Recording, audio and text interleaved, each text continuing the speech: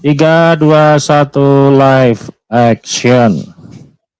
Bismillahirrahmanirrahim. Assalamualaikum warahmatullahi wabarakatuh. Salam sejahtera buat kita semuanya, sahabat Charlie dimanapun berada, sahabat Rocky Syam Official dan sahabat Suluk Matan dari Sabang sampai Merauke, dari Pulau Miangas sampai dengan Pulau Rote. Semoga selalu dalam keadaan sehat walafiat dan dalam lindungan Allah Subhanahu wa Ta'ala. Amin, amin, ya robbal alamin. Ya, pada malam hari ini kita akan membahas terkait tema buzzer atau akademisi, bedah dana dan narasi di balik historian Ba'alawi. Ya, akhir-akhir ini kita ada sebuah video ya terkait video 1 tahun lalu, voice note rekaman yang bocor, diduga itu adalah percakapan dari pembela Ba'alawi kepada pihak lain yang berkaitan tentang buku, kemudian berkaitan tentang nasab. Kemudian yang kedua, di RMI Banten itu sudah terbit ya artikel yang dikeluarkan oleh Mas Rifki Zulkarnain. Itu teman-teman bisa download atau bisa lihat linknya yang sudah saya kasih tahu, yang sudah saya kasih di kolom komentar untuk sama-sama ngebaca. Di situ ada dugaan ya aliran pendanaan terkait narasi Ba'alawi. Kemudian kita juga membahas penelitian-penelitian dari S2 tesis ya terkait tentang narasi dan pola komunikasi publik di sosial media, dan di sini membedah terkait tentang narasi klan Ba'alawi di media sosial. Ya, dan ini memperkuat juga dugaan-dugaan kita selama ini bahwa narasi Ba'alawi ini memang terkoordinir, kemudian terstruktur, sistematis dan masif. Kemudian untuk artikel ataupun paper yang diterbitkan tanggal 23 Mei tahun 2025 ya atas nama Soleh Hasan Wahid terkait relasi dan otoritas habaib di dunia digital, sosial dan transparansi terkait nasab Ba'alawi ya, membangun otoritas nasab Ba'alawi, dan di situ juga membahas terkait digital humanities research article ya, dan juga memberikan sebuah paparan tentang pola-pola narasi yang ada di media sosial ya. Dan kita pahami kita memang hidup di zaman yang serba canggih sekarang ya, di mana informasi itu melimpah. Kita tanpa berpindah tempat kita bisa mendapatkan sumber-sumber informasi yang kredibel ya. Tapi kalau kita bicara kebenaran teman-teman, justru semakin sulit ditemukan di zaman sekarang. Mau dicari ke ujung timur, ujung barat ya, itu sulit untuk menemukan sebuah kebenaran. Nah, ini yang terjadi pada polemik nasab Ba'alawi gitu ya. Bukan datanya nggak ada sebenarnya, tapi karena datanya dibungkus, diarahkan, bahkan juga dimanipulasi. Ini kan pernah saya ungkap di riset awal saya di bulan Juli tahun lalu ya, saya memulai riset di lingkup keilmuan sosial dan komunikasi publik gitu ya, bahwa memang pola-pola itu konsisten dilakukan dari tahun pertama polemik sampai hari ini. Makanya ketika ada sebuah video yang menuduh narasi tesis Keimat atau menuduh pro tesis itu sebagai kelompok bayaran, buzzer bayaran, narasi bayaran, bahkan ada menuduh juga operasi hitam intelijen, propaganda nasab, dan seterusnya, itu kan beredar semua di sosial media. Itu dituduhkan kepada Keimat dan pendukungnya. Namun sampai hari ini justru malah kita yang menemukan pola-pola yang konsisten itu ada di pihak Balawi. Ya, teman-teman bisa saya kasih referensi untuk membaca atau melihat video-video saya berbasis data dari tahun 2025 tahun lalu. Sampai hari ini saya masih fokus terhadap fenomena sosial digital di Indonesia. Nah, kalau pola sudah terbongkar, ya sulit untuk bisa membungkus dengan pembenaran, ya. Ketika pola dibongkar, kita nggak lagi mudah digiring, tapi kita memahami, oh ternyata selama ini narasinya digiring gitu loh. Ya banyak bukti-bukti empiris lah kita bisa diskusikan atau bisa kita lihat dari sosial media. Kan zaman sekarang, zaman informasi, zaman komunikasi mudah, orang berbicara, orang speak up di publik, ya lewatnya mana? Sosial media gitu loh. Ini yang menjadi kita punya data, punya big data yang tidak bisa dibantah, gitu loh. Jadi datanya ada, publik ada, ya ternyata narasinya adalah narasi yang memang diarahkan dan dimanipulasi.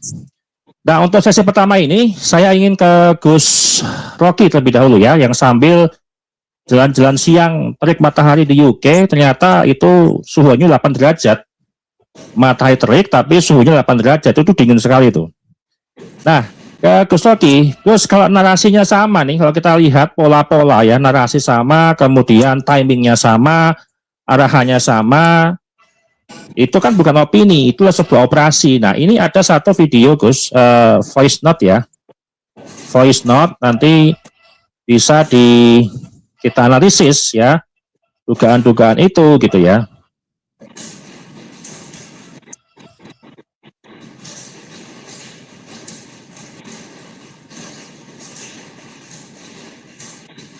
Oke, sebentar.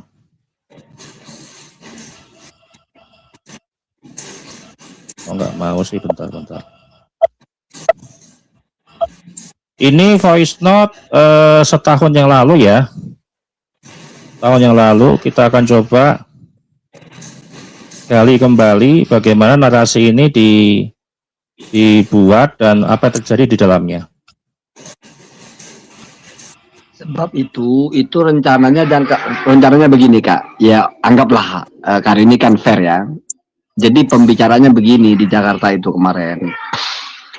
Kalau bukunya Rumel sudah selesai dan mereka sudah juga bicara, itu ada sponsornya Kak. Sponsor yang siap membiayai berangkat atau apa.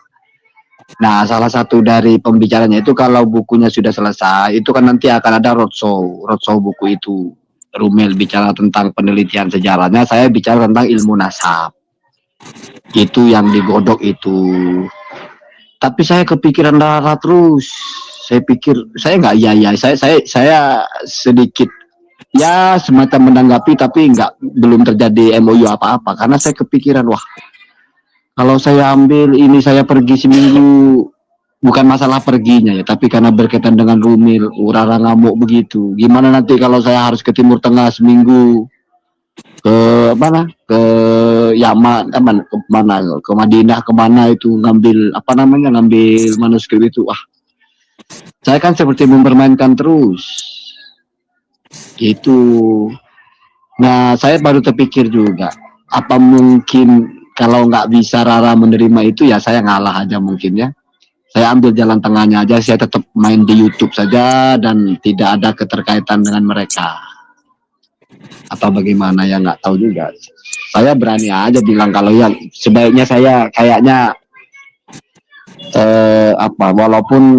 walaupun ya sama-sama nggak enak sih. Saya bilang saya mungkin tidak bisa terlibat terlalu jauh, mungkin hanya main di belakang atau bagaimana gitu. Cuman ya nggak jadi dapat duit banyak, itu aja sih. Kan kerja, saya anggapnya kerja Kak, bukan menjilat ya, bukan. Profesional itu, ada kontraknya, bukunya dijual berapa. Terus ya kalau misalnya roadshow, per roadshow itu transportnya apanya itu ada semua.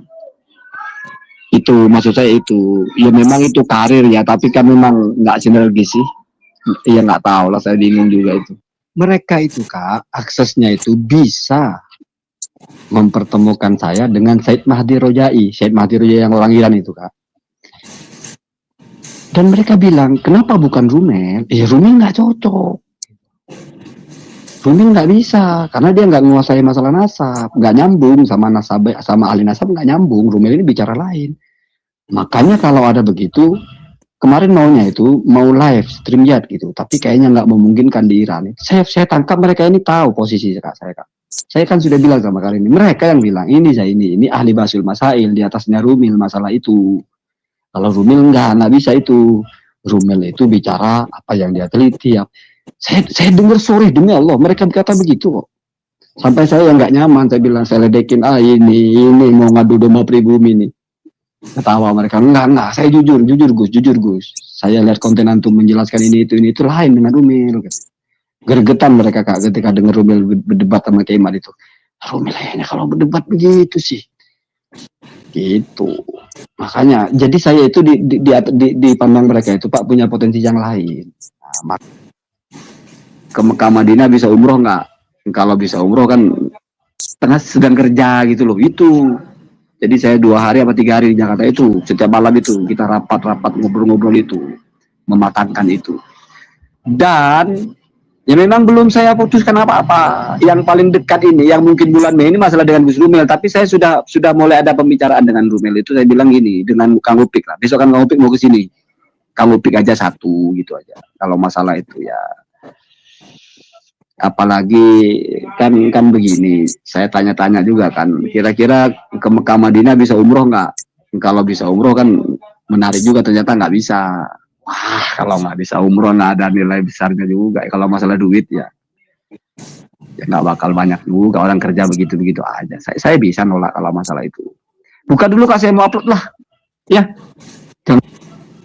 Ya, itu jadi percakapan ya antara voice note ini ya, entah siapa, saya nggak tahu di situ, nggak terdeteksi, dan dugaan-dugaan ini muncul, ya ada oknum yang ingin menyudutkan Rumil Abbas dan Zaini gitu ya. Ini dugaannya ya, dugaannya itu suara-suara Gus Zaini gitu kan, dugaannya. Namun di sisi lain, apakah iya di ujung tadi ya, itu kan menyebutkan bisa nggak umroh ke Mekah gitu kan, artinya harganya itu kan sebatas umroh. Nah umroh itu kan 20 berapa Gus? 29 ya apa 30 juta gitu kan?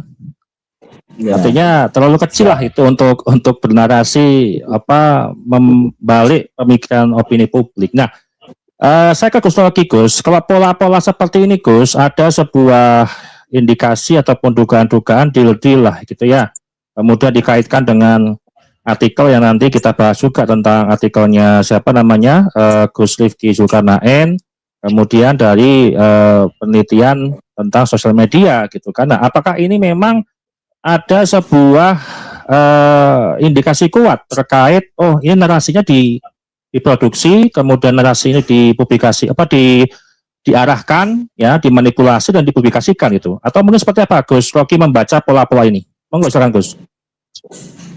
Ya, terima kasih Kang Cari atas kesempatannya. Yang kami hormati Gus Dr. Hasanuddin Haikal, para viewer semua. Dari yang ditanyakan Kang Charlie sih, ada beberapa poin memang yang kita analisis, tapi in general kita bisa bilang bahwa ternyata apa yang dinarasikan oleh kelompok yang pro Habaib Alwi itu ternyata diorkestrasi, ada sang orkestra di belakang itu gitu. Didesain sedemikian rupa sehingga diarahkan kepada satu pembentukan opini publik bahwa nasab Habaib Alwi, kemudian integritasnya sebagai, katakanlah selama ini dibangun sebagai ulama lah, pendakwah dengan keturunan Nabi, itu masih solid, masih valid begitu kan. Intinya itu, ada entah seseorang atau sekelompok yang mengorkestrasi ini sehingga mau bahkan untuk mengeluarkan biaya seberapapun itu, banyak yang jelas saya kira kalau daya tawarnya di seharga berangkat umroh satu orang itu kan di kisaran 30 juta ya. Saya tidak tahu persoalan harga-hargaan di dunia demikian, tetapi ada poin lain yang patut kita telisik dan patut kita bahas sebagai bahan pencerahan kepada publik. publik pada akhirnya itu memilah konten mana yang memang berangkat dari betul-betul keresahan, entah keresahan epistemologis, keresahan psikologis, keresahan akan fenomena di dalam polemik nasab habaib ini, mana yang otentik berangkat dari keresahan itu, mana yang memang berangkat dari satu pesan pengorkestra yang memang tujuannya hanya untuk menggiring opini publik saja, alih-alih menyampaikan data, menjelaskan data, dan menyusun simpulan yang logis. Ya, publik jadi memilah.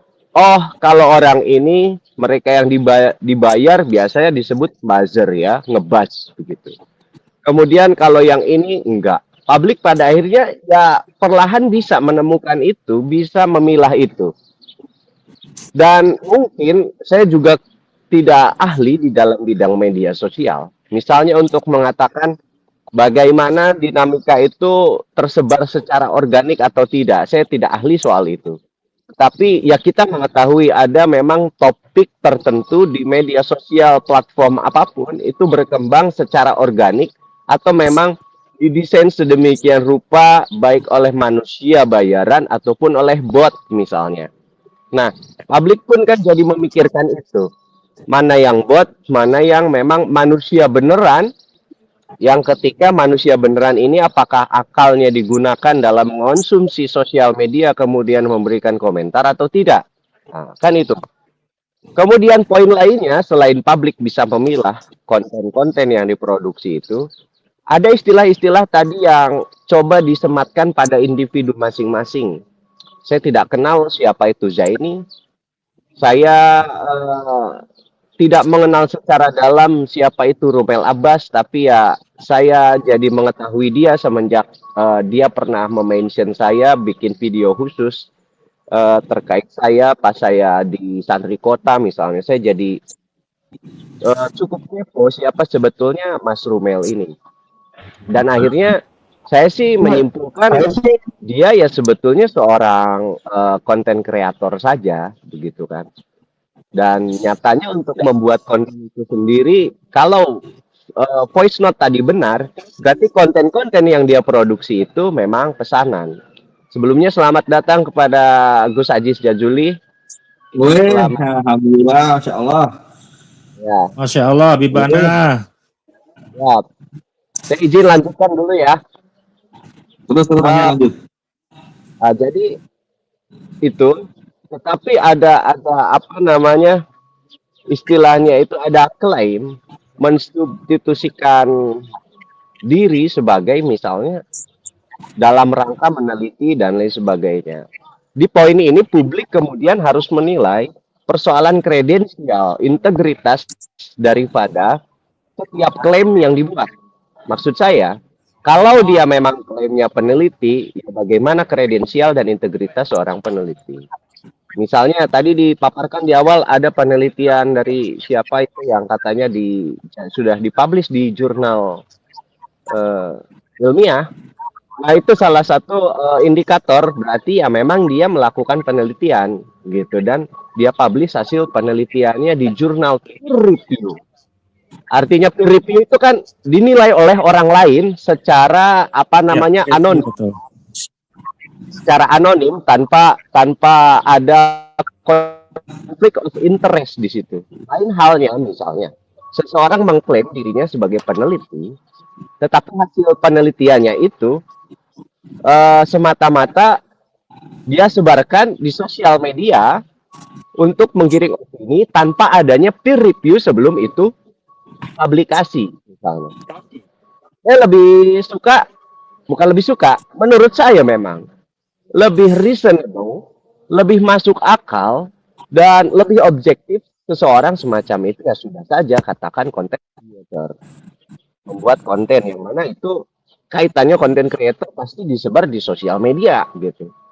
Nah, publik akhirnya kan jangan sampai dibingungkan bagaimana definisi istilah daripada peneliti researcher dengan content creator. Nah, dalam hal ini kita patut memberikan pencerahan bahwa yang di voice note itu nampaknya yang dibicarakan adalah para content creator, gitu kan.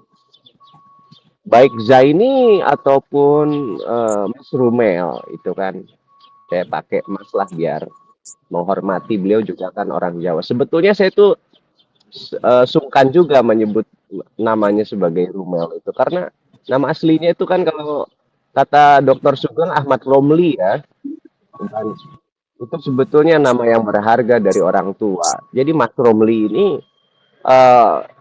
dan Mas Zaini itu berarti ya udah intinya content creator yang kebetulan ternyata ada data dari voice note tadi, kontennya itu dibayar untuk diproduksi.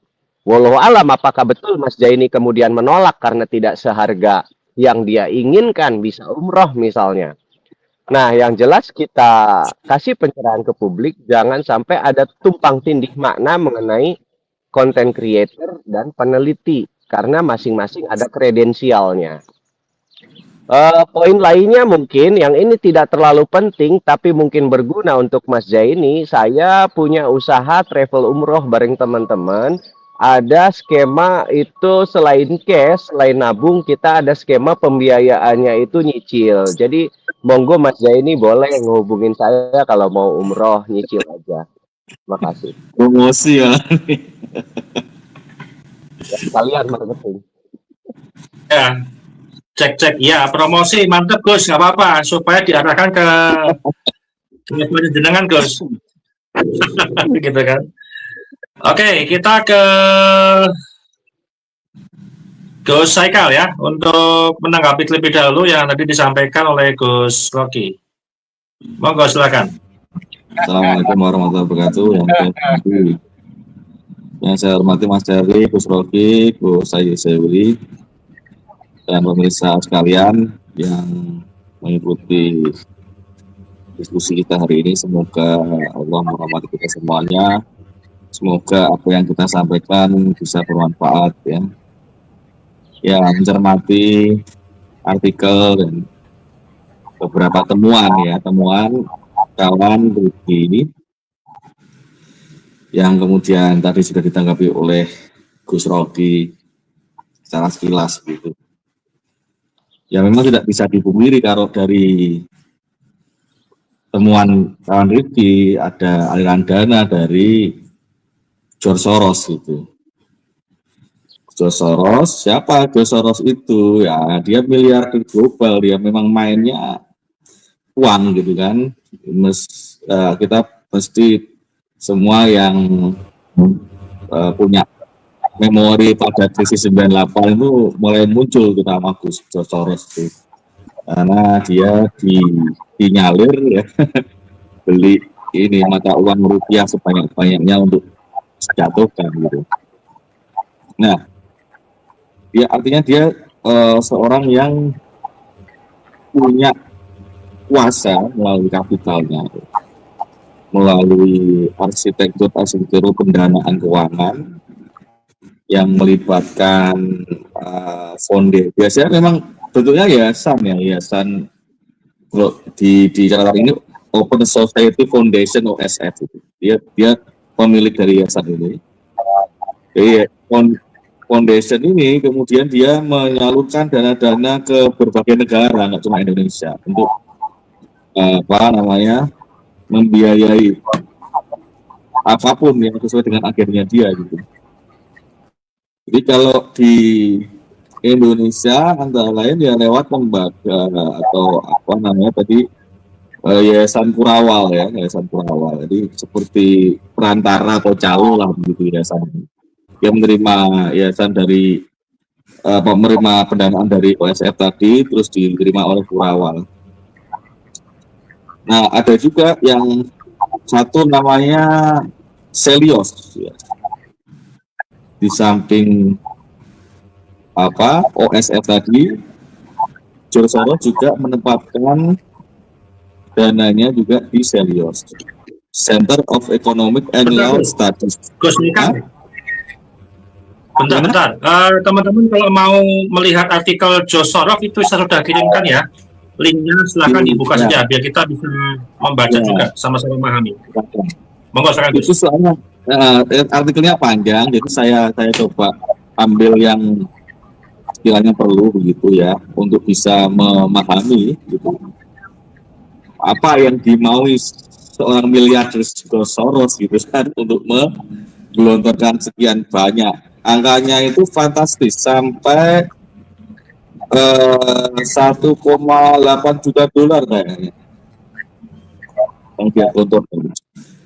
Dan antara lain di dalam narasi itu diduga juga diterima oleh Islamiko. Dia menerima sekitar 1,6 miliar rupiah kalau dirupiahkan. Berarti ya sekitar 1.000 dolar gitu. Nah, kembali tadi seorang itu kalau punya agenda ya, itu modus operandi asing bisa dibilang gitu, untuk memperoleh keuntungan sebanyak-banyaknya dari suatu negara, ya dalam perspektif kita ya menghancurkan sebuah negara gitu. Antara ya membeli media, menguasai kampus, menguasai riset, menyuap pejabat gitu kan, menghancurkan mata uang seperti krisis 98 dan ada dugaan juga ini yang ke depan ini juga ada lain akan dimainkan seperti itu, karena krisis perang Iran, krisis minyak ini, prediksinya uang itu juga akan naik terhadap dolar sampai 22.000 katanya, bisa sampai lebih dari 98 kemarin. Karena potensi 3 bulan ke depan itu agak khawatir kan kalau itu terjadi. Artinya kalau perang ini nggak surut gitu. Kemudian di samping menghancurkan mata uang juga menghancurkan bursa efek, pasar saham. Jadi ya targetannya ya bikin chaos lah begitu, bikin negara itu kacau sehingga mata uangnya itu turun gitu. Ketika mata uang turun itu kan artinya aset-aset yang bernilai, BUMN, BUMD, perusahaan-perusahaan, pokoknya perusahaan yang ada di Indonesia itu nilainya juga akan ikut turun gitu. Misalnya sebelum 98 itu dolar itu kan pernah 2.500 rupiah per dolar. Jadi ketika di 98 dolar jadi sekitar ya 15.000 atau katakanlah di awal-awal di situ 10.000, itu kan nilainya turunnya 4 kali lipat gitu. Artinya perusahaan yang harusnya misalnya dibeli dengan 1 miliar itu bisa dibeli dengan 250 juta gitu misalnya begitu, dengan dolar itu, karena nilai ketika orang yang punya dana besar itu pengen diskon besar-besaran dalam sebuah negara, ya udah dia ciptakan chaos, beli para intelektual, beli kampus, beli riset, beli macam-macam supaya bikin isu-isu kontra narasi sehingga itu menimbulkan kekacauan, pasar saham turun, mata uang itu turun, dan dia bisa beli dengan harga murah gitu. Diskonnya besar-besaran kalau pas mata uang turun, dolarnya menguat. Nah ini kan kita perlu tahu juga ujung-ujungnya itu mau kemana sebenarnya. Kenapa nasab itu bisa dikatakan kurang lebih penting bagi George Soros untuk membiayai melalui ONF, melalui Islamiko, kemudian melalui bawah-bawahnya itu. Jadi kalau tadi 2.500 ke 10.000, 2.500, kemudian kalau rupiah turun ke 20.000 udah berapa itu? Dan kita nggak mau terus akhirnya menjual aset-aset itu karena kita butuh dana kan gitu. Jadi pahit gitu kan jika itu terjadi gitu. Di pertanyaannya ya antara lain narasi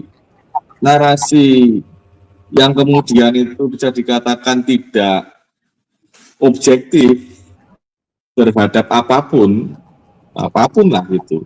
Ketika seorang itu menerima dana, menerima pembiayaan, itu kan artinya ada kepentingan yang bertemu gitu. Dan kalau narasi ini kemudian tidak objektif, ya yang dirugikan ya bangsa Indonesia sendiri secara keseluruhan. Karena apa? kalau dari sudut pandang nasab Pak Alawi ini, penting untuk George Soros mempertahankan nasab, mempertahankan Pak Alawi ini karena apa? Karena ini punya basis massa yang besar, kan gitu. Narasi-narasi yang penguatan ini otomatis penting untuk didukung. Nah, dugaannya kan begitu.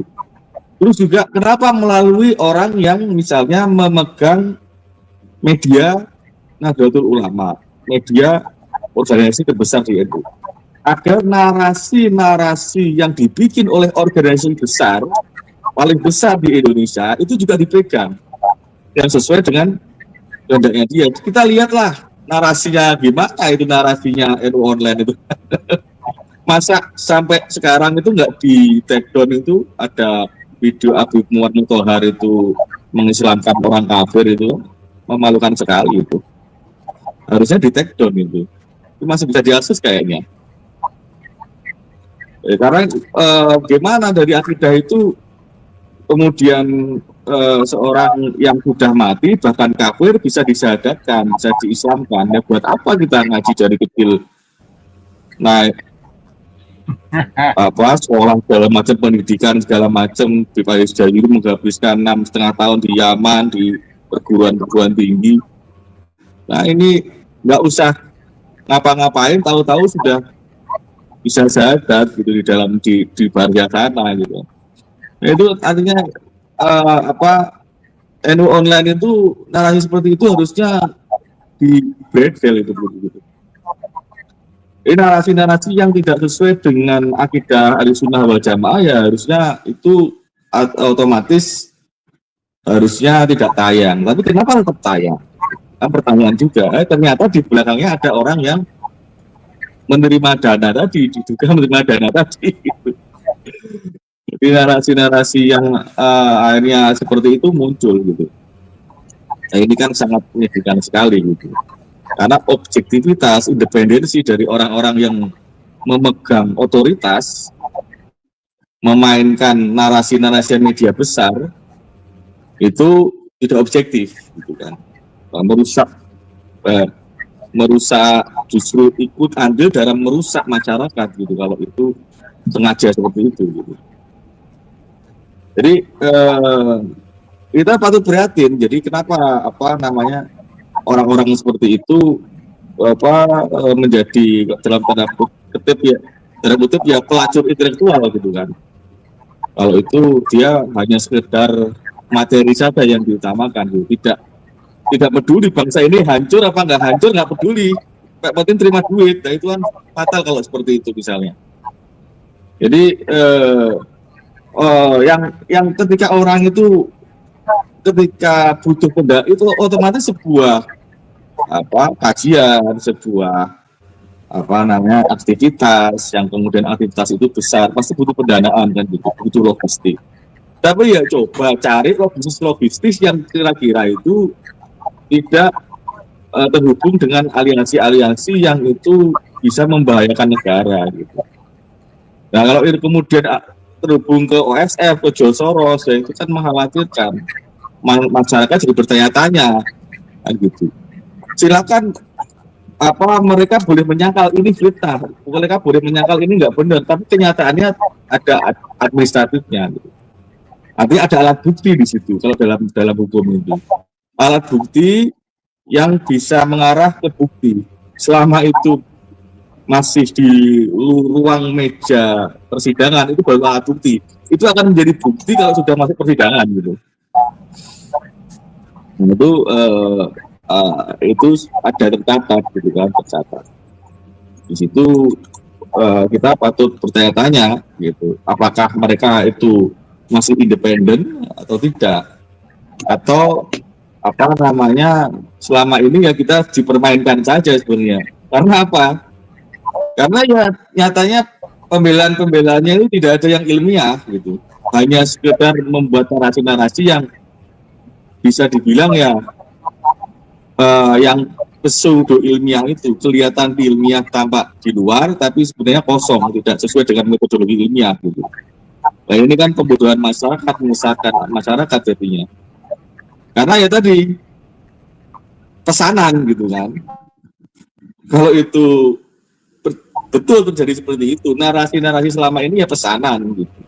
Artinya kita nggak perlu menganggap serius gitu sebenarnya mereka itu mau ngomong apa gitu. Karena objektivitasnya tidak ada sama sekali gitu. Dan nggak penting ilmiah apa enggak gitu kan. Karena ini ya ketika sudah ada link-link atau ada hubungan-hubungan politis yang terjadi ya kepentingan. Kepentingan apa? Ya kepentingannya orang yang mendanai lah. Orang yang didanai itu butuh makan, butuh barangkali selesai studinya, membiayai hidup segala macam, membiayai sekolah, membiayai kuliah, membiayai gengsinya gitu, membiayai kontennya, beli pulsanya segala macam. Ini kepentingannya bertemu, cuma ini kan kepentingan-kepentingan yang sebenarnya nggak mutu sekali gitu loh maksudnya. Kepentingan-kepentingan yang praktis sekali gitu. Kepentingan sementara gitu. Yang itu dampaknya bagi masyarakat kita luar biasa. Karena narasi-narasi yang menyesatkan itu diproduksi terus. Dan orang-orang yang terpengaruh oleh narasi-narasi ini banyak. Jadi kembali kepada tadi bahwa ada temuan-temuan seperti itu yang itu artinya kita patut waspada melihat sekilas itu ada keterkaitan dengan George Soros, ada dugaan ke sana, patut diwaspadai masyarakat bahwa ini sebenarnya bukan ranah ilmiah ini sebenarnya. Ini ranah kepentingan propaganda gitu. Kepentingan yang membuat kita itu akan selalu ada perbedaan. Karena narasi-narasi yang diperoleh oleh masyarakat itu tidak akan memperoleh keseragaman. Karena satu sudut pandang ilmiah, satu nggak ilmiah. Gitu. Satu sudut pandang keilmuan, satunya sudut pandang sing penting untuk duit. Nggak peduli ilmiah nggak ilmiah. Mau itu nyewa orang nggak sekolah ya pakai, yang penting dia bernarasi. Yang pakai orang sekolah ya, yang mau ya pakai, yang penting mau uangnya itu. Nah, pertempuran narasinya ya di ruang-ruang publik yang kemudian bisa kita bisa lihat setiap hari ya di ruang-ruang mental yang kemudian secara doktrin narasi itu menyasar ke wilayah pikiran dan hati. Nah itu masalah sekali karena berkaitan dengan Rasulullah soalnya kalau dalam nasab ini berkaitan dengan Nabi gitu. Dan sangat mengherankan ya, maksudnya orang-orang itu sering saya baca di komentar misalnya itu hasud gitu, kebencian gitu, membenci ahlul bait gitu. Coba pakai perspektif kita gitu, jangan perspektif kamu kan gitu, perspektif mungkin perspektif yang di luar perspektif kita. Kita perspektifnya itu menjaga marwah Rasulullah, justru kita mau menjaga ahlul bait gitu. Nah kemudian kalau narasi yang mereka narasikan bahwa kita yang menjaga marwah Rasulullah itu dinarasikan menerima uang 4 triliun berapa, 5 triliun itu berapa itu untuk melakukan pergerakan uang dari mana, siapa yang menerima, buktinya apa gitu. Kalau ini jelas ada buktinya, dia sendiri yang ngomong, ada temuannya begitu ya. Ketika itu sudah mengarah ke sana ya orang atau publik seperti Mas Rifki kemudian menulis artikel yang disampaikan ke publik temuannya bahwa ini ada indikasi yang bahwa tidak objektif, tidak independen dengan selama ini. Ya, kalau begitu Mas Charlie, nanti sambung lagi. Oke. Kita ke Gus Ajis, Tim Ajis. Ini saya mau to the point aja nih, nanya ke Gus Ajis nih. Ya, kita bicara terkait the meaning of bodong, ya. Ada 3 alurnya. Nasabnya bodong, kemudian narasi bodong, Marhaba. publik juga bodong. Kalau kita lihat nasabnya sudah tidak bisa dibuktikan, ya, alias palsu, berarti bodong. Kemudian ternyata dinarasikan ke publik itu juga bodong dengan bantuan buzzer, bantuan booth, ya, terkoordinasi, kemudian termobilisasi. Kemudian hasilnya adalah publiknya pun juga bodong, bukan publik yang organik. Nah, ini bagaimana Beb Ajis dalam polemik nasab ini? Kok sepertinya kita yang selalu bersusah payah menggunakan data, mereka itu termobilisasi dengan bantuan-bantuan buzzer. Monggo silakan Beb Ajis. Subhanallah, ini suara saya aman ya nih, Beb? Oh, aman sekali, Beb. Aman. Aman. Subhanallah. Bukan sekali dipuji aman langsung ini. Oh, Assalamualaikum warahmatullahi wabarakatuh. Salam sejahtera kita semua. Salam sejahtera untuk semuanya ya. Salam sejahtera semuanya ya. Teman-teman, sahabat-sahabat, Habibana Charlie, Habibana Rogi, Habibana Gus, dokter. Lengkap Gus, jangan lengkap. Disebut itu untuk status Gus dokternya itu. Beb. Biar kelihatan ilmiahnya, karena memang apa yang beliau sampaikan itu ilmiah gitu ya. Suaranya kecil Gus Ajis. Oh ya, Gus Dr. Hasanin Haikal SH.MH, dan juga saya sendiri, sahabat saya Abdul Aziz Jazuli LC.MH, dimanapun berada ya, alhamdulillah. Saya pun juga MH juga lulus, Beb, alhamdulillah ya. Kecil ya? Iya, agak kecil lah, kecil. Kali ya. Cek. Nah, ini sudah mending, Beb. Ya. Udah mending. Sudah mending ya. Suara ya. Ya. Aman. Oh. Ya, oke. Cek. Lanjut. Lanjut Gus, aman tuh. Di HP aja ya nih. Beb, anak keluar dulu. Anak.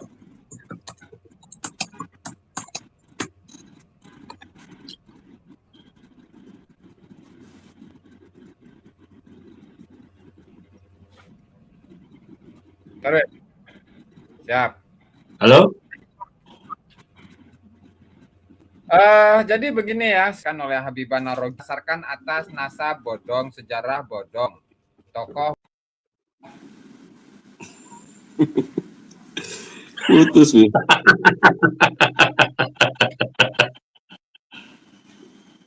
Putus, Beb. Putus.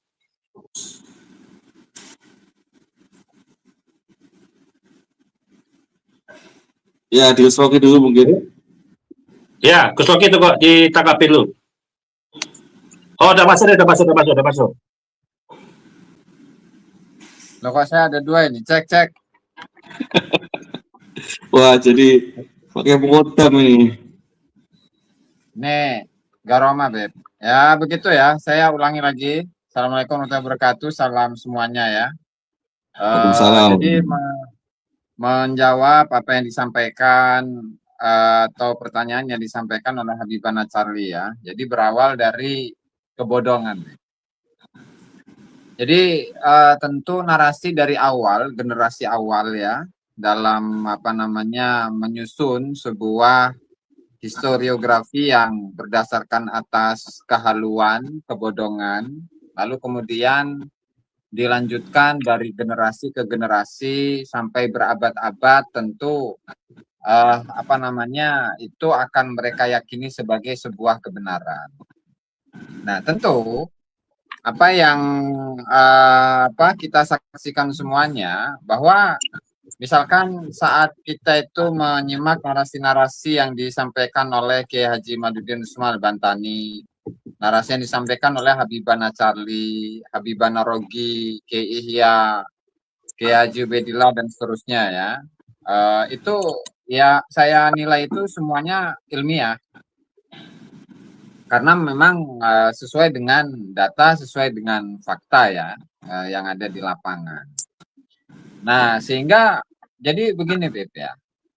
Kalaulah dari kalangan mereka itu memang sudah tidak sanggup lagi untuk mempertahankan status kenasaban mereka yang disambungkan kepada Rasulullah Shallallahu Alaihi Wasallam, ya nanti pada akhirnya langkah yang dilakukan itu adalah yang penting bernarasi, Beb. Yang penting dijawab, yang penting bernarasi. Meskipun tidak sesuai dengan apa kelompok-kelompok atau barisan yang ada di barisannya Kiai Haji Madudin Usman, itu nggak masalah. Nah, jadi misalkan kalau apa namanya dari Rasulullah,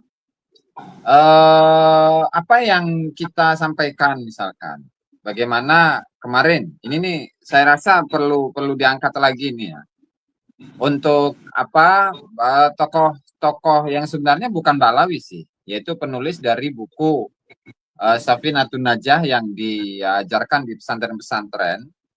Nah, di mana Syekh Salim bin Sumer ini ya tokoh yang sebenarnya mendapatkan kebesaran namanya itu dengan lantaran Syekh Muhammad Al-Bantani itu mensyarahi kitab tersebut. Nah, sehingga kemudian para santri itu mengenal nama kitab Safinatun Najah. Dan di saat berhadapan dengan apa namanya gerakan para pengikut atau pengamal tarekat itu mendapati mereka memiliki gerakan perlawanan terhadap kolonial itu sangat kuat. Nah, sehingga apa kemudian yang diangkat itu atau untuk meruntuhkan apa pergerakan-pergerakan yang dilakukan oleh ulama-ulama Nusantara di masa lalu di zaman kolonial Belanda, yaitu menggunakan narasi-narasi bodong. Nah, menggunakan narasi-narasi bodong untuk apa? Untuk menghancurkan ketokohan tertentu dari satu tokoh, tidak hanya satu tokoh sebenarnya.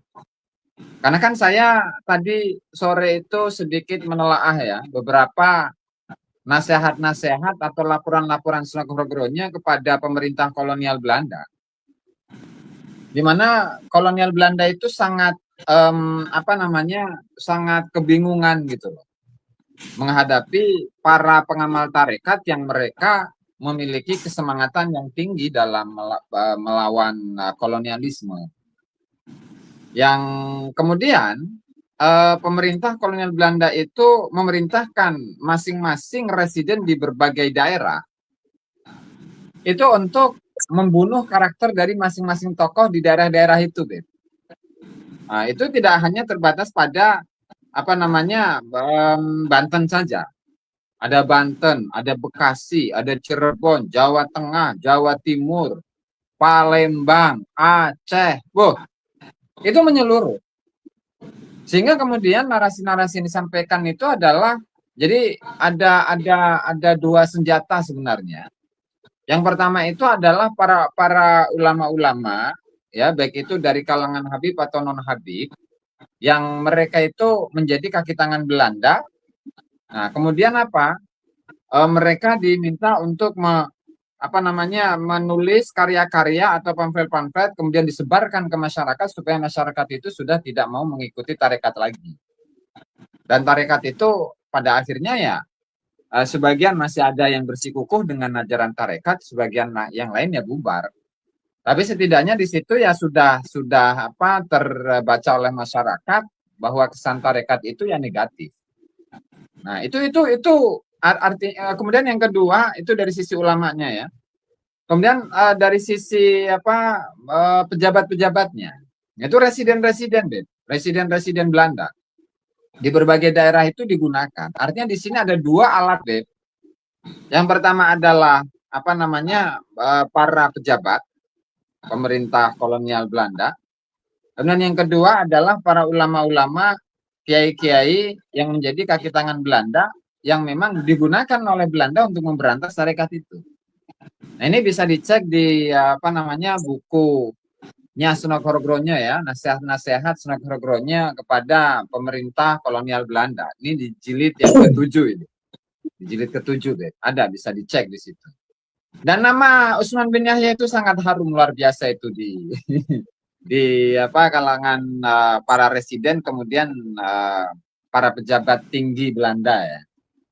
Nah, artinya dari ini sejarah itu akan berulang.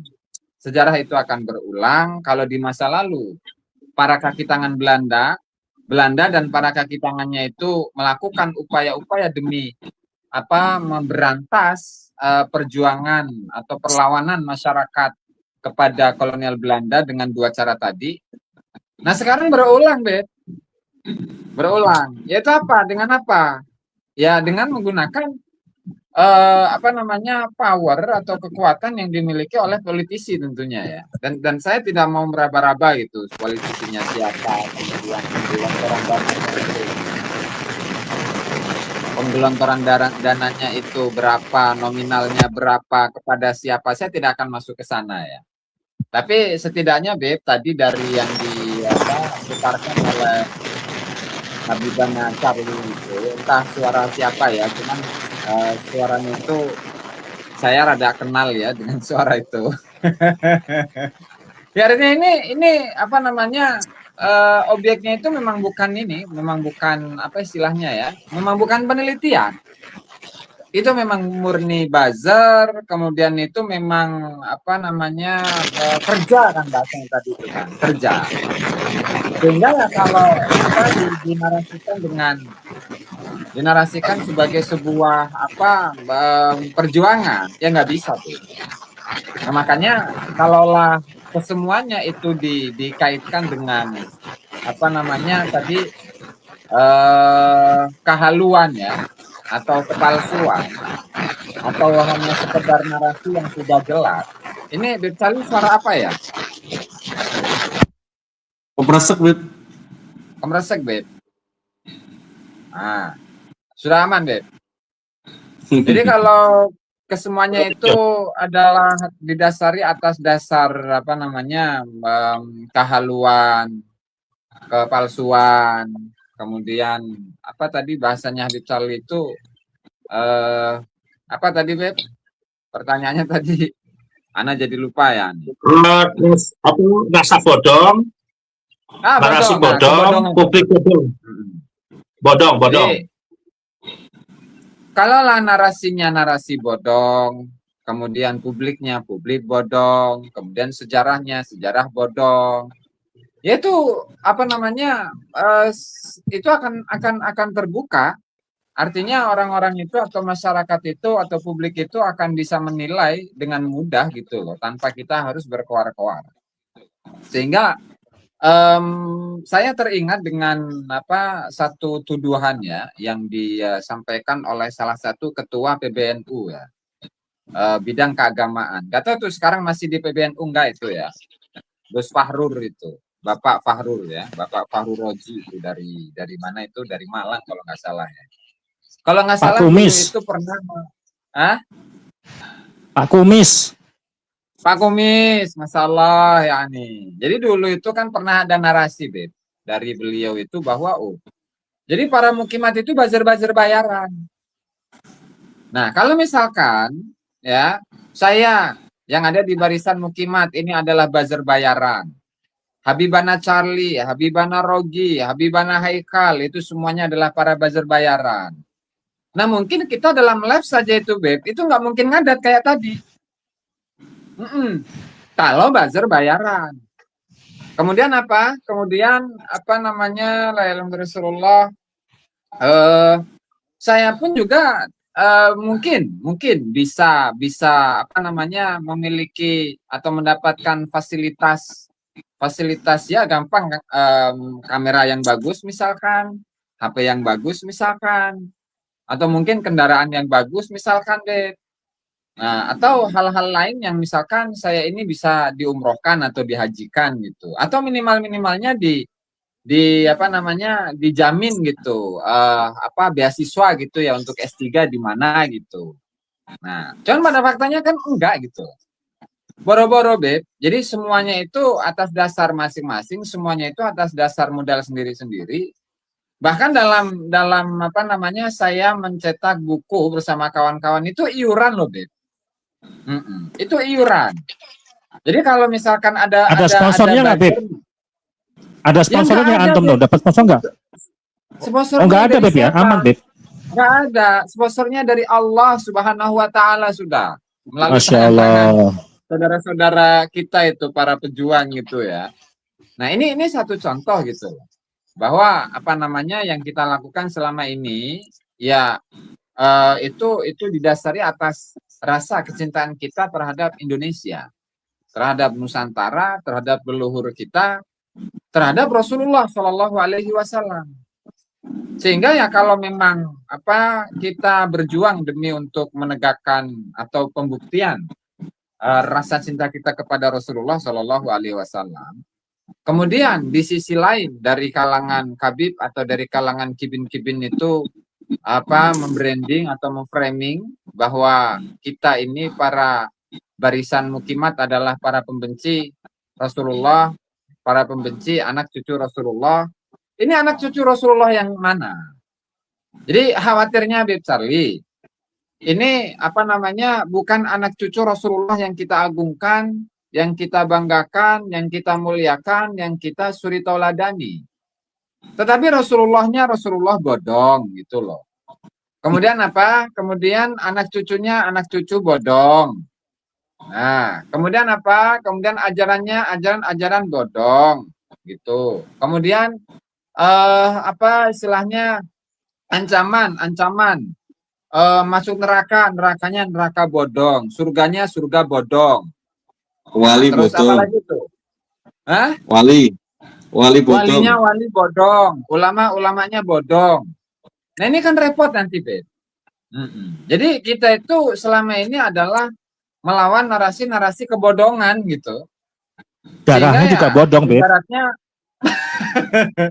kalaulah apa namanya la ilaha Rasulullah di barisan Kiai Haji Madun Usman Al-Bantani itu banyak dari kalangan akademisi. Di sini saja itu sudah ada 4 akademisi loh, Beb. Di sini saja nih. Ada Gus Hasanin Haikal Doktor Hasanin Haikal SHMH. Ada Gus Rogiul Syam, itu MH juga ya, Beb ya. Yeah. Dan ada Habibana Charlie. Habibana Charlie M apa itu, Beb?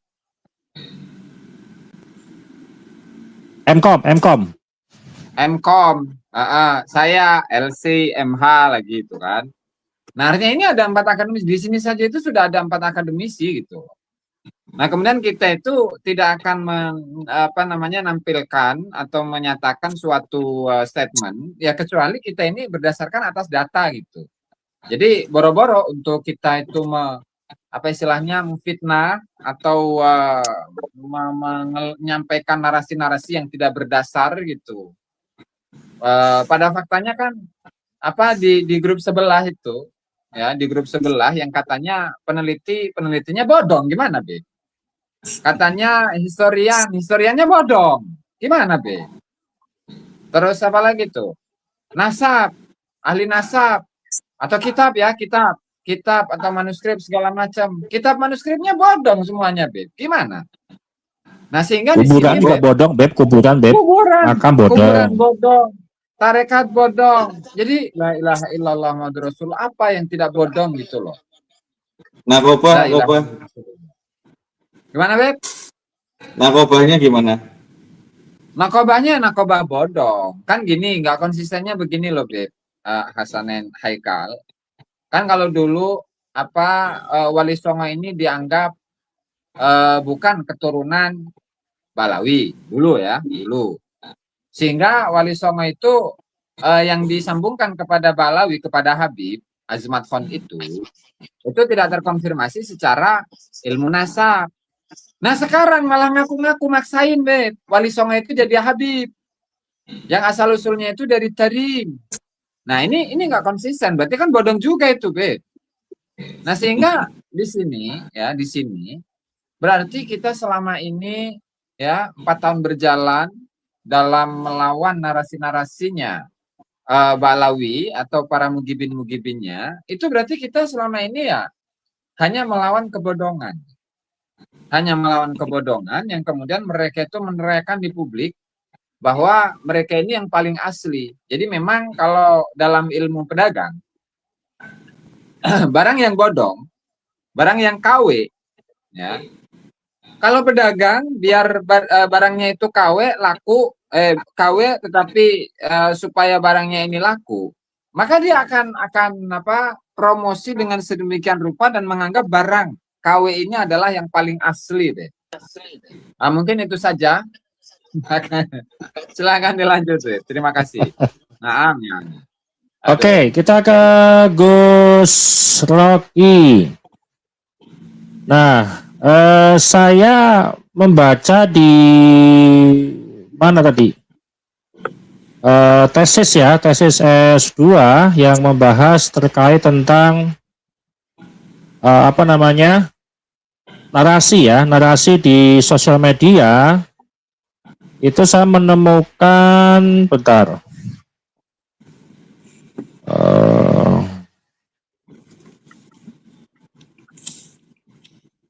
Nah, ada indikator-indikator yang ditemukan di dalam komentar.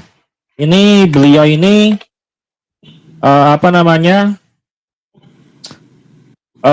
risetnya itu di YouTube ya. Platformnya hanya di YouTube ya. Ini bulan Bulan Mei 2025 ya. Di YouTube itu 4.000 sampel komentar yang ada di YouTube. Nah, ditemukan di situ dengan menggunakan tool scraping APV ya. Yang banyak lah tool scraping itu, ada API, kemudian APV, kemudian ada juga yang langsung bisa pengkodingan manual ya kalau menggunakan API. Dan ditemukan di sini indikator keruntuhan sebuah otoritas ya. Di bulan Mei ketika riset ini dipublikasikan, padahal sebelumnya berarti ya di bulan-bulan itu tahun lalu, indikator keruntuhan otoritas yang pertama adalah kepercayaan publik menurun. Ya, tidak lagi dikaitkan dengan nilai luhur masa lalu, kemudian muncul kompetisi antar tokoh, kemudian kritik berbasis ilmu pengetahuan yang meningkat. Nah, ini Gus Rocky udah hadir belum ya Gus ya? Itu bulan Mei tahun lalu belum ya? Nah, sekarang udah kehadiran Gus Rocky ya kan? Tambah lagi ya kan, berbasis ilmu pengetahuan meningkat. Nah, faktor melemahnya otoritas itu ujung-ujungnya dampaknya adalah rusaknya hubungan dengan jamaah. Jamaah Habibin terbelah-belah jadinya. Ada yang pro, ada yang ada yang masih pro, ada yang masih taklid buta, ada yang sudah mulai meragukan, ada yang mulai skeptis. Kemudian hilangnya legitimasi moral, ya, konflik internal antar tokoh agama, ya. Di PBNU struktural pun juga terpecah opininya. Kemudian penolakan dari kelompok modernis. Nah, ketika ada indikator-indikator keruntuhan otoritas, kemudian faktor melemahnya otoritas, apakah itu strategi yang strategi yang manjur atau top share lah pembela Ba'alawi ini shortcut langsung menggunakan narasi-narasi yang dikelola oleh buzzer dan di mobilisasi narasi di sosial media. Apakah memang akan seperti itu Gus sistemnya Gus? Kalau sudah melemah kemudian dia beralih kepada yang gampang aja lah, kita arahkan publik untuk pembenahan nasab, arahkan publik untuk seolah-olah udah isbat, udah kokoh, tapi sebenarnya bodong juga gitu loh. Nah, mungkin seperti apa Gus Rocky? Ya. Ini kalau nggak salah pernah saya sampaikan bahwa yang namanya satu kebohongan itu tidak bisa berdiri sendiri. Ia harus ditopang oleh kebohongan-kebohongan yang lain. Nah, di dalam tahap ini, kebohongan soal nasab, kebohongan soal klaim, yang tentu saja kita yang biasa mengkaji menyebutnya sebagai khurafat, itu ditopang oleh kebohongan yang lain yang berbentuk buzzer. Buzzer ini bisa mengklaim diri sebagai peneliti, bisa mengklaim diri sebagai profesional content creator yang harus dibayar dengan layak supaya tidak dibilang menjilat, atau istilah lainnya yang itu sebetulnya menggambarkan satu sikap ketidaktransparan, ya. Artinya apa? Ketidaktransparan. Bahkan di dunia akademik soal transparansi itu masih harus dijunjung tinggi sebagai satu bentuk integritas akademik. Misalnya, kalau orang mempublish artikel, paper di satu jurnal, dan selama penelitian itu dia mendapatkan pendanaan, itu penting untuk ditulis di acknowledgement-nya, dia dapat pendanaan untuk meneliti ini dari mana, dari siapa. Itu harus begitu. Nah, sekarang si buzzer-buzzer ini yang apalagi mengklaim peneliti, ada nggak dia transparansi semacam itu? Ketika mempublish misalnya lewat Facebook, lewat apa, dia bilang tuh kredit kepada organisasi ini yang sudah mendanai penelitiannya, ada nggak gitu kan? Artinya, kalau tidak, betullah itu bahwa satu kebohongan hanya mungkin ditopang oleh kebohongan-kebohongan lainnya. Kendati itu akan terbukti juga pada akhirnya kebohongan itu terbongkar dan runtuhlah semua kebohongan yang ada. Nah, sekarang perlahan kan terbongkar juga. Kalau kebohongan soal nasab sudah terbongkar. Kebohongan soal doktrin-doktrin bahwa yang dikira keramat ternyata khurafat terbongkar juga. Maka sebetulnya saya telat juga tuh. Ya mungkin kalau Gus Aziz atau Kang Charlie atau yang lain sudah lebih mengetahui misalnya note yang di awal kita dengarkan bareng-bareng. Kalau saya malah baru tahu itu gitu kan. Oh, ternyata memang ada kepalsuan, ada kebohongan di situ gitu kan. Nah, kalau saya baru tahu dan pada akhirnya memperkuat apa yang saya asumsikan tadi. Satu kebohongan itu tidak bisa berdiri sendiri. Dia ditopang oleh kebohongan lainnya. Dan pada akhirnya kebohongan itu terbongkar semua. Kemudian yang menarik, paper tadi sangat memberikan satu gambaran apa yang terjadi dan direpresentasikan di dunia digital, terutama YouTube ya, karena tadi objek risetnya itu adalah YouTube, di mana dia meneliti sekitar 4.000 komentar yang dari kesimpulannya adalah publik hari ini mulai meragukan betul-betul klaim-klaim Habaib Ba'alwi, baik berkaitan nasabnya maupun berkaitan dengan doktrinya, gitu kan. Publik mulai ragu tuh, sehingga ada dinamika, ada hubungan yang pada akhirnya tidak baik-baik saja antara si Habib dengan para muhibbinnya. Nah, ini direkam dengan baik oleh paper tadi. Tentu saja kita yang berpodcast, berdiskusi di sini sangat mengencourage, mengajak publik untuk baca juga paper itu. Hari ini nggak masalah, paper bahasa Inggris tinggal cari saja Google Translate dan seterusnya. Itu sudah cukup membantu dan akan mudah dipahami oleh publik. Nah, dan ini jadi satu indikasi juga betapa semakin tercerahkan ya masyarakat kita, di mana orang-orang mau peduli untuk meneliti hal-hal yang mungkin dianggap sederhana, sepele, tetapi itu memang terjadi di lingkungan sekitar kita. Ingat, penelitian itu nggak harus dengan topik yang hebat-hebat, yang berat-berat. Di sekitar kita saja, hal-hal sepele, misalnya tentang perilaku tetangga, perilaku sosial, apa yang mungkin dipandang dari perspektif tertentu, itu ya bisa kita analisis, bisa kita riset, dan bahkan bisa kita publis, gitu. Nah, masyarakat kita mulai melek soal itu. Ini satu tanda positif yang perlu terus dilestarikan, disebarluaskan secara terus-menerus.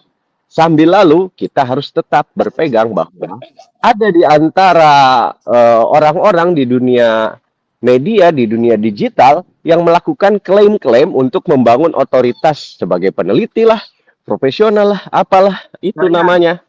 Kita harus aware soal itu. Historian lah, Gus Durian lah, atau Yan-Yans yang lainnya pokoknya. Mancunian mungkin kalau Manchester United. Pokoknya apapun itu, tetapi ternyata klaim-klaim itu patut diuji kebenarannya. Saya kira itu, Kang Charlie ya. Jadi pada dasarnya ini semua harus berangkat dari kritisisme, ya. Kritisisme, rasa penasaran untuk terus melakukan verifikasi. Begitu, Kang Charlie. Oke, baik. Nah, di paper ataupun tesis S2 itu ya, analisis sosial media yang penting ya, mendominasi sikap netizen. Itu ternyata mayoritas skeptis terhadap nasab. Berarti dari 4.000 itu mayoritas skeptis. Temuan utama ya tadi yang pertama, tuntutan bukti DNA. Netizen meminta verifikasi ilmiah, kemudian transparansi. Kemudian yang kedua, ketidakpercayaannya tinggi. Banyak komentar menyebut nasab palsu, ya sama dengan bodong tadi ya, manipulasi, tidak bisa dipercaya. Kemudian ketiga, nasab dianggap alat manipulasi. Sebagian netizen melihat digunakan untuk kekuasaan, digunakan untuk pengaruh sosial. Yang keempat, sentimen nasionalisme. Muncul narasi anti-imigran, pertahanan identitas nasional. Kemudian kelima, potensi konflik sosial. Netizen khawatir perpecahan umat, konflik sosial, dan kerusuhan. Jadi kesimpulan utama dalam tesis itu, otoritas berbasis nasab ini sedang ditantang besar-besaran di publik, gitu loh. Begitu besarnya publik, dari tahun pertama ya masih pemanasan lah. Antara percaya nggak percaya, nasabnya bahwa itu bodong. Kemudian masuk tahun kedua, mulai mengkaji, mulai membandingkan, mulai mengcompare antara yang pro dengan yang kontra, itu ya. Di tahun kedua itu kan sudah muncul adanya debat Banten, kemudian pertanyaan 12 pertanyaan keimat yang nggak pernah dijawab. Kemudian tahun ketiga ini tahun 2025 ya, masyarakat sudah mulai sendiri tersebar dan menentukan sendiri nasabnya ini palsu atau enggak gitu loh. Akhirnya publik juga meresponnya sangat jauh ya, kemungkinan kecilnya adalah asli nasabnya. Jadi kemungkinan besarnya dan mereka mayoritas skeptis terhadap nasab Balawi. Akhirnya apa? Yang muncul ya tadi, mereka memberikan sebuah perlawanan, bukan menggunakan bukti, bukan menggunakan akademik, ya mereka bernarasi di sosial media. Dan ini yang menjadi masalah di publik sekarang, ya. Di publik sekarang gampang terpengaruh gitu ya. Nah ini seperti apa Gus Haikal? Kalau kita melihat publik tahun keempat ini, saya menilai ini sudah semakin smart, sudah semakin pandai, sudah nggak mudah lagi ditipu-tipu dengan narasi-narasi ataupun pemberitaan-pemberitaan atau pembelaan-pembelaan gitu ya. Nah, apakah ini bukti memang masyarakat itu sendiri sudah sadar 100% atau mungkin ada fenomena lain, Gus Haikal, di balik itu publik bisa memahami secara organik? Ya, makasih Mas Ali. Selama publik itu menggunakan pilihan-pilihan keilmuan, mulai pendekatan-pendekatan yang mulai dari sederhana ya, dari sederhana itu artinya misalnya kita orang awam nih, kan gitu. Kita pengen tahu kebenaran, terus cari siapa? Cari ahlinya. Siapa ahlinya? Oh, filologi Prof. Munafir Mali. Terus disimak di situ. Itu orang awam itu kan cenderungnya itu kan mudah untuk menyimpulkan, tapi objektivitas itu jadi mudah muncul gitu. Karena awalnya itu tidak terpengaruh apapun, ada kekosongan, artinya kekosongan informasi. Beda kalau orang yang sudah mengenal Ba'alawi. Ini masalah kalau sudah mengenal Ba'alawi itu melalui jalur, entah itu jalur guru murid, melalui tradisi pesantren, melalui jalur keilmuan baik di kampus atau di luar kampus, jalur kitab dan segala macam. Artinya ada jalur tarekot atau jalur zikir-zikir, wirid segala macam. Artinya ada keterkaitan dengan Ba'alawi. Ini biasanya yang susah sekali untuk objektif. Artinya apa? Orang-orang yang di dunia pesantren itu sulit, paling sulit sekarang. Ya, kita bisa lihat itu kediaman para pemegang otoritas seperti MUI, seperti PBNU, yang mereka itu punya tradisi-tradisi pesantren, punya tradisi yang itu harusnya menjaga tradisi keilmuan, keilmiahan, namanya Nahdlatul Ulama, kebangkitan para ulama, kebangkitan ilmuwan di situ, itu justru sulit untuk objektif. Karena ketika sudah menyangkut birokrasi, ada kepentingan, ada situasi-situasi yang mungkin dalam bahasa-bahasa mau memelihara kemaslahatan, mau memelihara kedamaian, toleransi, loh. Ini yang salah kaprah. Saya pernah menulis itu. Kenapa dalih-dalih seperti itu digunakan untuk, yang kita lihat digunakan untuk membiarkan kesesatan. Karena ada persoalan-persoalan akidah, persoalan-persoalan syariat, bahkan menyentuh level tauhid, itu masyarakat itu yang sangat potensi disesatkan di situ, di konflik nasab ini. Itu kan yang mengkhawatirkan. Orang-orang yang punya otoritas, yang bisa untuk diikuti oleh orang banyak, yang itu kemudian bisa membawa perubahan besar terhadap masyarakat, pola pikir, keilmuan, dan akidah, itu justru diam. Kita mulai bisa bernafas, para penggerak ini ya, artinya keilmuan, melalui Kiai Mas segala macam, itu dari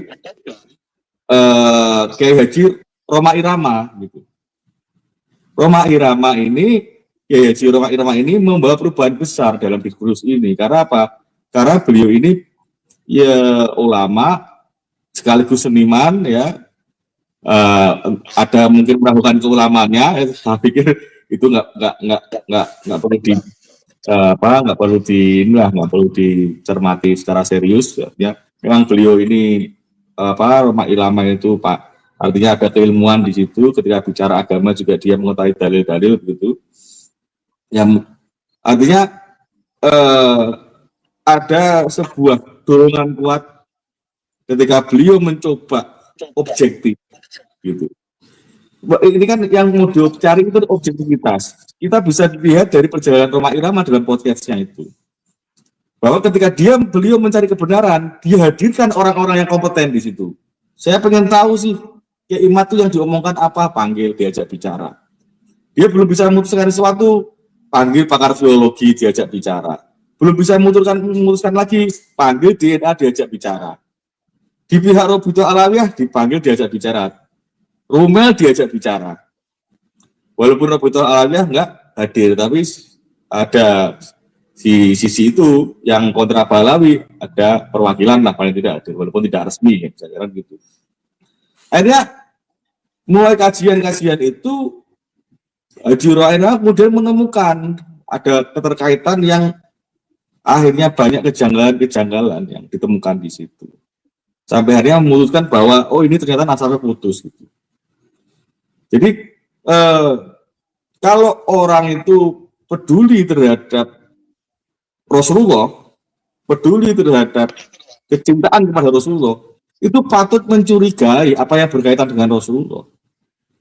Karena ini orang yang paling mulia, yang paling bisa kita jadikan pegangan di akhirat kelak, jangan sampai kita salah, bodong terhadap memegang sesuatu gitu. Karena itu menyangkut kehidupan kita. Nah ini orang-orang yang berkaitan tadi dengan Ba'alawi ini susah ke arah objektivitas. Karena dia banyak berdasarkan sesuatu yang rapuh. Hanya berdasarkan katanya si A, katanya si B, pengakuan ulama A, pengakuan ulama B. Dan pengakuan-pengakuan itu bukan bukti, hanya pengakuan. Hanya husnudon kalau bisa dibilang begitu. Don pengakuan. Tapi pengakuan itu ke arah dugaan. Ketika hadir bukti, pengakuan ini gugur dimanapun begitu hukumnya. Kalau hadir bukti, ya pengakuan itu nggak terpakai lah. Kok masih dipegang itu apa pertanyaannya gitu? Apa yang menjadi orang itu tidak takut terhadap ancaman-ancaman palsunya nasab, palsunya mengakui orang tuanya, mengakui jalurnya gitu kan, palsuan itu. Jadi kita itu kan rileks, kalau kita itu berpegang sesuatu ada landasan itu kan pikiran rileks. Oh, ketika misalnya Gus Yuli, oh saya siap ditanya Allah ketika di akhirat kelak. Kenapa kamu nggak mengakui nasabah alawi? Kenapa kamu ini? Oh, dia punya dalil banyak pastinya. Dan kita yang mengikuti orang-orang yang sudah mengkaji duluan dengan keilmuan-keilmuan lebih dulu, melalui Kiai Imat, melalui Penas Makem Ali, melalui Dr. Sugeng, melalui Den Adang, itu bisa diterima oleh akal sehat kita. Kita akan merasa nyaman gitu kan. Ini tidak merasa khawatir karena kita ada sesuatu keilmuan yang disandarkan di situ. Dan kita artinya siap untuk ditanggungjawabkan kan gitu. Enggak hanya di dunia, di akhirat itu akan siap kan gitu. Karena kita kalau ditanya apapun pasti akan punya landasan gitu. Nah itu kan apakah kenyamanan pikiran ini mereka peroleh? Pastinya tidak. Saya pikir mereka akan terlalu terganggu karena landasannya cuma pengakuan yang rapuh-rapuh saja. Dan pengakuan itu pun kebanyakan itu diambil oleh ulama-ulama yang sudah meninggal. Artinya apa? Sebelum polemik ini terbuka, sebelum kepalsuan ini terbuka. Ketika sudah bukti-bukti terbuka, yang dohir, yang syar'i, yang qot'i muncul, ya ini sudah saatnya kita tidak usah pakai pengakuan-pengakuan yang masa lalu yang belum terbuka. Meskipun itu ulama besar gitu. Karena mereka beda gitu. Pada masanya itu berbeda, dalam pendekatan-pendekatannya berbeda. Seperti yang sudah dibahas di yang lalu-lalu gitu. Seperti misalnya Kiai Marzuki Mustamar mengatakan, Syekh Ali Jum'ah itu tidak tahu kondisinya Indonesia ketika mengatakan bahwa nasabah alawi sudah diistimewa. Dia nggak ngerti, dia nggak pernah kesini dan secara mendalam itu bagaimana Pak Alawi itu mempertahankan narasi nasabnya. Sampai ada pemalsuan dari sejarah, dari KNU-an, dari Wali Songo, banyak hal lah. Dari banyak hal yang sudah dibuka, dari khurafat-khurafatnya. Syekh Ali Jum'ah nggak memperhatikan itu semua. Coba Gus Ayus itu, kitab-kitabnya Kiai Imat atau kitabnya jenengan kirimkan ke Syekh Ali Jum'ah lah. Cobalah. Mau baca apa enggak, apa mau bakar ya terserah, pokoknya dikirimkan dulu.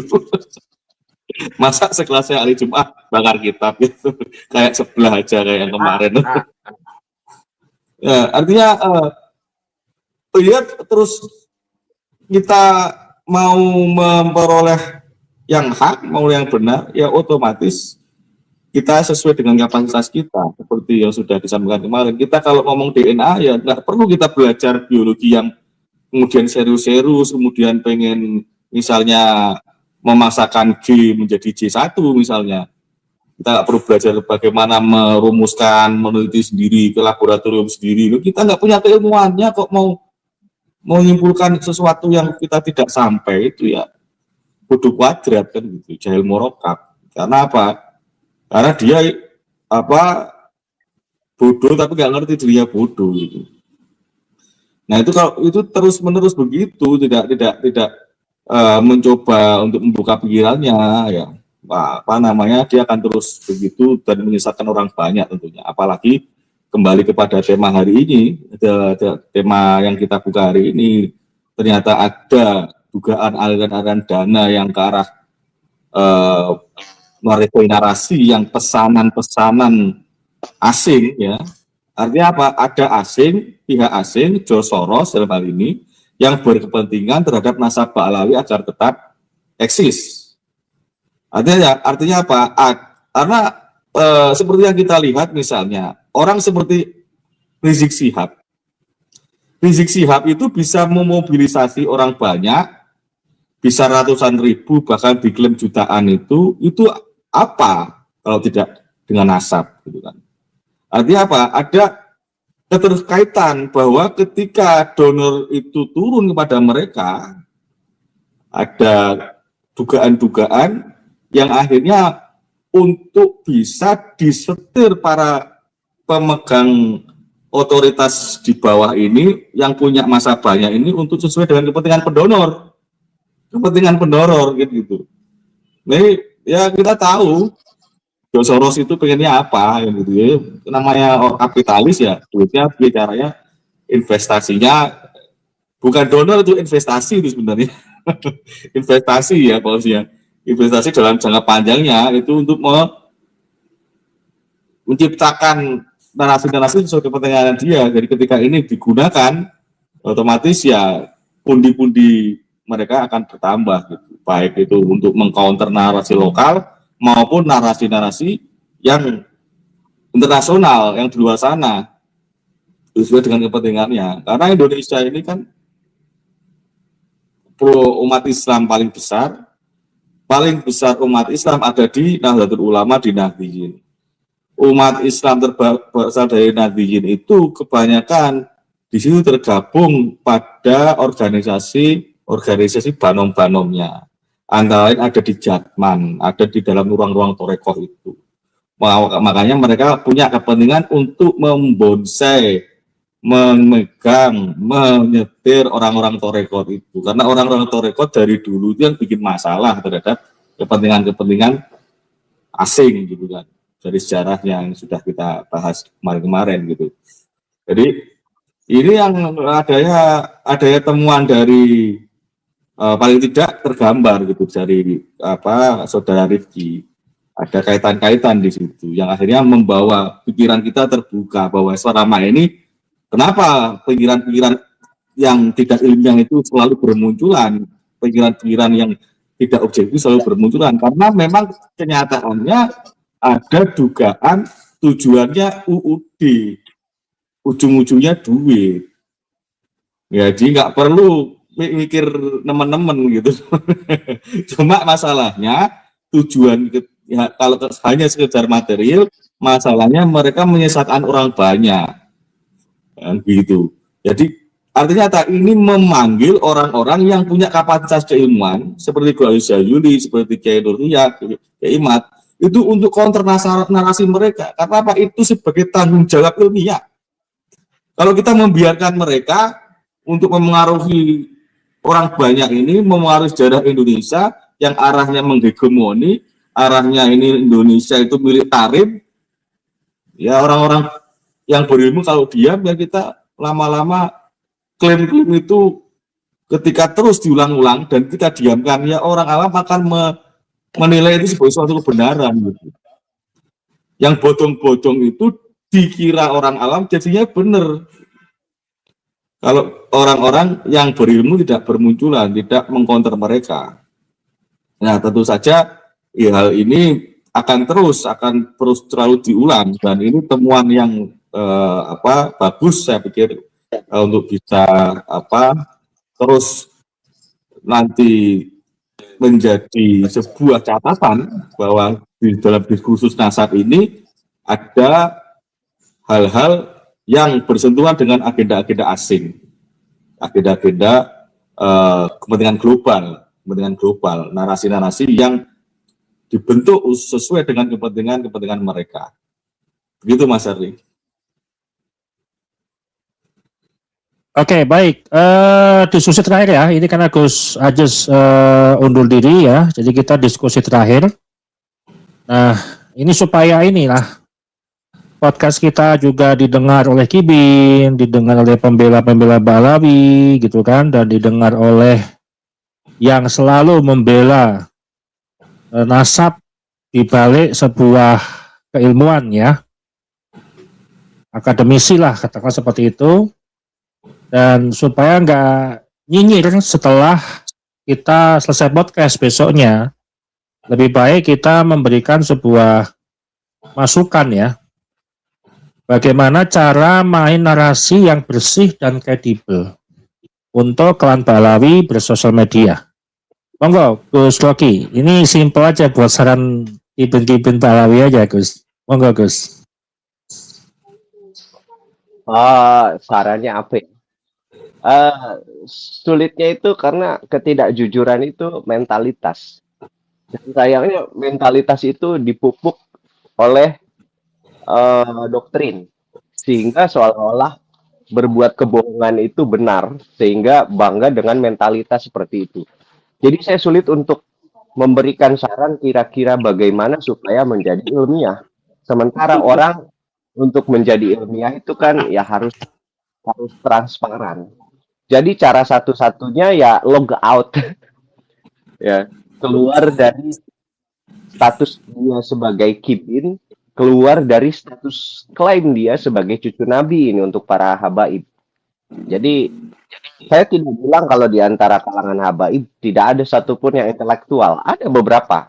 Tetapi terkadang persoalan integritas, kejujuran, terutama di topik yang mungkin sensitif bagi dia, itu kita pertanyakan kejujurannya secara terbuka.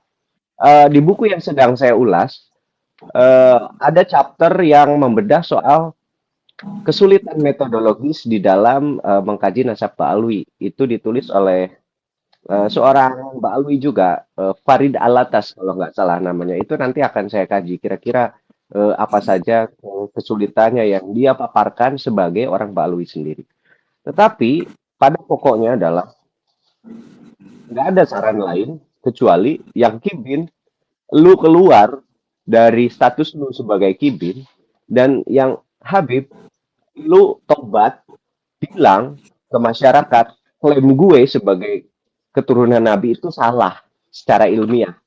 Karena hanya dengan cara itulah kejujuran itu ada, mentalitas bohong itu ditinggalkan. Terakhir, sebagai penutup, saya mau bilang, mereka-mereka yang melakukan pembuatan narasi penggiringan opini dengan dibayar pesanan dari George Soros, dari manapun lah itu, mereka hanya mempertanggungjawabkan itu kepada pihak donor, pemberi sponsor. Tetap bagi mereka yang bersuara yang memang resah akan keadaan sosiologis, fenomenologis yang mungkin kita di sini berani mengklaim, diantaranya kita, karena saya tidak dapat pendanaan dari siapapun untuk berbicara soal ini. Begitupun saya yakin Kang Charlie, Gus Hasanin, Gus Aziz Jazuli juga tidak dapat donor atau sponsor manapun. Kita hanya mempertanggungjawabkan ini, selain secara transenden kepada Allah, kita mempertanggungjawabkan ini secara horizontal kepada masyarakat. Jadi integritas kita ada di masyarakat, bukan ada di donor. Beda dengan mereka. Mereka boleh membohongi seluruh masyarakat kecuali membohongi para dunungan-dunungannya, bos-bosnya, donor-donornya. Itu kan Charlie. Oke, baik. Gus Haikal, sekaligus penutup. Monggo, silakan Gus. Ya, makasih Mas Adi. Ya, semoga tidak bosan-bosannya kita untuk terus mengkaji. Dan ini bukan hanya tanggung jawab para intelektual atau para akademisi atau bisa dibilang mukimat, muibin Kanjeng Nabi Muhammad, kalau kata Gus Jazuli itu. Mukimat itu muibin Kanjeng Nabi Muhammad gitu. Jadi bukan hanya tanggung jawab mereka, tanggung jawab setiap warga negara Indonesia, setiap umat Islam. Karena tentunya orang yang paham terhadap polemik nasab ini, terhadap palsunya nasab mereka, terhadap narasi-narasi yang dalam tanda kutip selalu membagongkan, narasi-narasi bodong yang selalu membagongkan, ya, itu pastinya akan paham gitu, akan cepat menangkap apa yang dinarasikan, mana yang benar, mana yang salah gitu. Dan tentunya tanggung jawab untuk selalu mengawal kebenaran yang hak, tanggung jawab semua orang. Dan semoga teman-teman semuanya tidak surut ya, kita semuanya ya, tidak hanya yang ada di sini, di luar sana tidak surut semangatnya gitu. Karena memang kadang-kadang counter narasi mereka itu sepertinya dibuat surut, tidak agresif gitu. Jadi ada semacam pola yang mendiamkan isu seperti itu. Artinya apa? Diabaikan. Para pengkritik nasab mereka atau yang membongkar kepalsuan nasab mereka seolah-olah itu didiamkan. Agar apa? Isu ini cepat lewat kan gitu. Agar tidak ada yang mengaji lagi ya. Agar tidak ada yang membahas lagi gitu. Tapi ya ini yang apa mereka lakukan, kemudian mendekat kepada, kemarin sempat dibaca, mendekat pada para penguasa, mendekat para influencer. Ini artinya narasi-narasi itu dari panggung ilmi, diskusi ilmiah ke panggung budayawan, panggung politik kan gitu. Nah, ya nggak apa-apa gitu, nggak apa-apa. Yang penting kita tetap di jalur ilmiah yang sehat kan gitu, yang sehat yang bisa dipertanggungjawabkan, dan semoga bermanfaat. Begitu Mas Ari. Wassalamualaikum warahmatullahi wabarakatuh. Waalaikumsalam warahmatullahi wabarakatuh. Ya, baik, supaya podcast kita ditanggapi serius ya, tidak nyinyir ya. Saya kasih aja dua cara lah main narasi yang bersih dan kredibel. Yang pertama, fokus terhadap pembuktian aja, argumen tapi bukan serangan. Misal angkat sebuah isu sebagai pertanyaan terbuka. Misal DNA misalkan J1 tidak bisa divonis sebagai DNA-nya Nabi karena tidak ada bukti sampel. Nah, tapi buktikan juga dong kenapa Balawi itu bisa G. Nah, itu kan sebuah diskusi terbuka itu. Mereka belum bisa menjelaskan loh itu. DNA itu DNA Balawi kenapa G? G 32612. Terus kalau memang tidak bisa divonis J1 itu bukan cucu Nabi, G itu punya siapa gitu loh. Artinya contoh-contoh seperti itulah untuk menjadikan sebuah pertanyaan terbuka. Kemudian misalkan lagi hindari label serangan personal, ya, mendelegitimasikan peneliti atau orangnya, menyerang keilmuannya, ya, menghina kepakaran dan seterusnya. Ini kalau mau bermain aman, kemudian bermain secara kredibel lah, nggak loncat sana, nggak loncat sini gitu kan. Kemudian yang kedua itu konsistensi dan jejak publik. Nah, bangun rekam jejak yang konsisten polanya, ya, yang konsisten tidak berubah-ubah. Jangan seperti ada tiba-tiba lonjakan gitu kan, lonjakan narasi, lonjakan komentar, ya kan, terdeteksi sekali itu ketika kehadiran Habib Umar di podcastnya Deddy Corbuzier gitu kan.